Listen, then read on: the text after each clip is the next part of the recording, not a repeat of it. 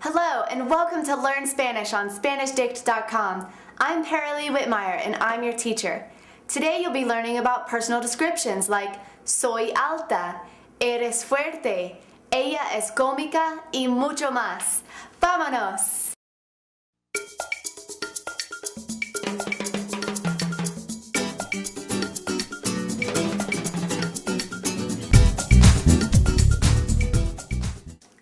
In this lesson, you'll be learning how to describe yourself and others using the verb ser.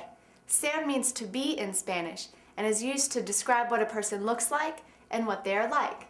You can learn more about ser and the other to be verb at SpanishDict.com/reference. Since you and I are just getting to know each other, you can ask me what I'm like. ¿Cómo es? ¿Cómo es? Spanish also has another way to speak directly to a person, and it's more informal. You can use it with family members, friends, or people who are younger than you. This is called the tú form. If you wanted to ask someone what they are like in the tú form, just change your verb to eres. So your question would be, ¿Cómo eres? Instead of, ¿Cómo es? We'll learn about the differences between tú and usted in a later lesson. But for now, since you just met me, use the formal version, ¿Cómo es?, to ask me what I am like. Yo soy morena y artística.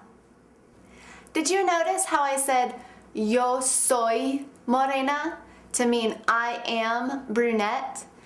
In this sentence, the yo means I, but in Spanish, verbs also tell you who's doing the action.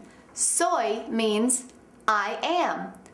Most native Spanish speakers rarely use the pronouns when they're speaking to someone, so let's try and practice using that form from here on out. Soy morena y artística. You can also use ser to describe other people.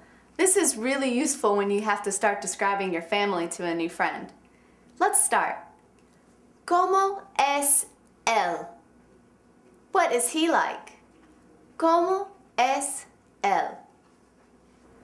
Él es impaciente. Impaciente. ¿Cómo es él?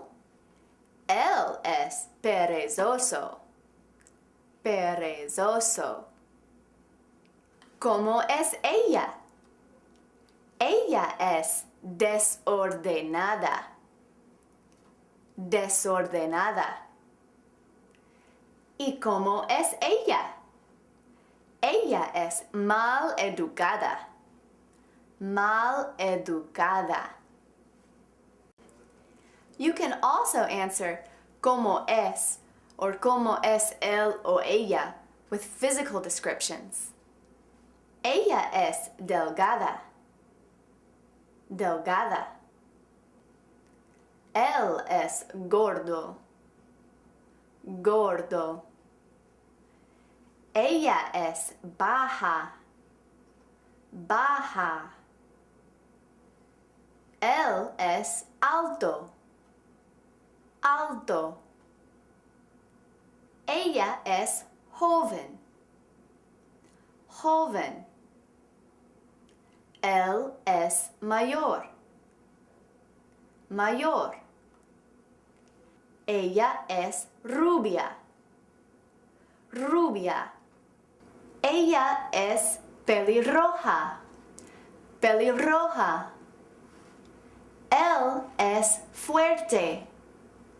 Fuerte. Ella es tranquila. Tranquila. Now, let's take a look at 3 different phrases. See if you can find a difference. Él es atlético. Atlético. Ella es ordenada. Ordenada. Ella es inteligente.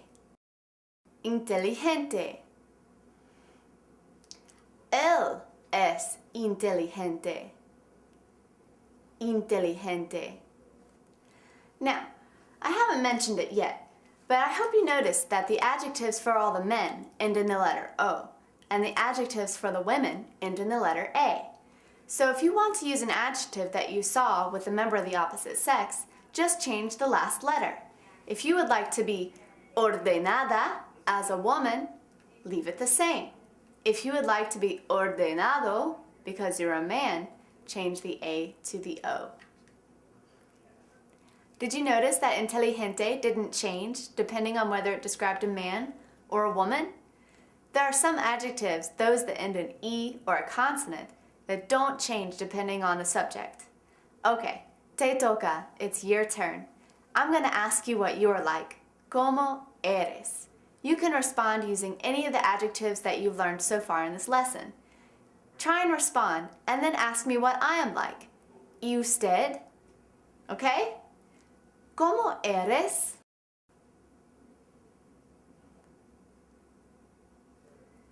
Yo soy alta y inteligente.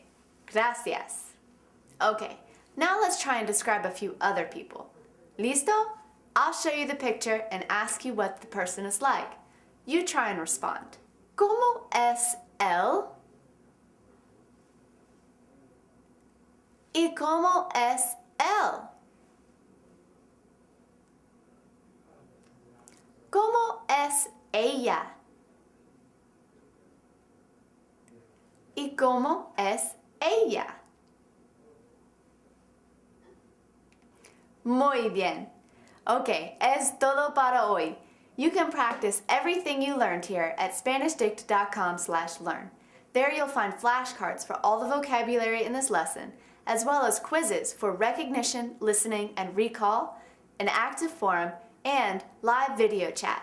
If you enroll in the course, we'll keep track of your points and you can compare yourself on the leaders board. If you have any questions about SER, personal descriptions, adjectives, or gender, take a look at SpanishDict.com/reference. Until next time, hasta luego!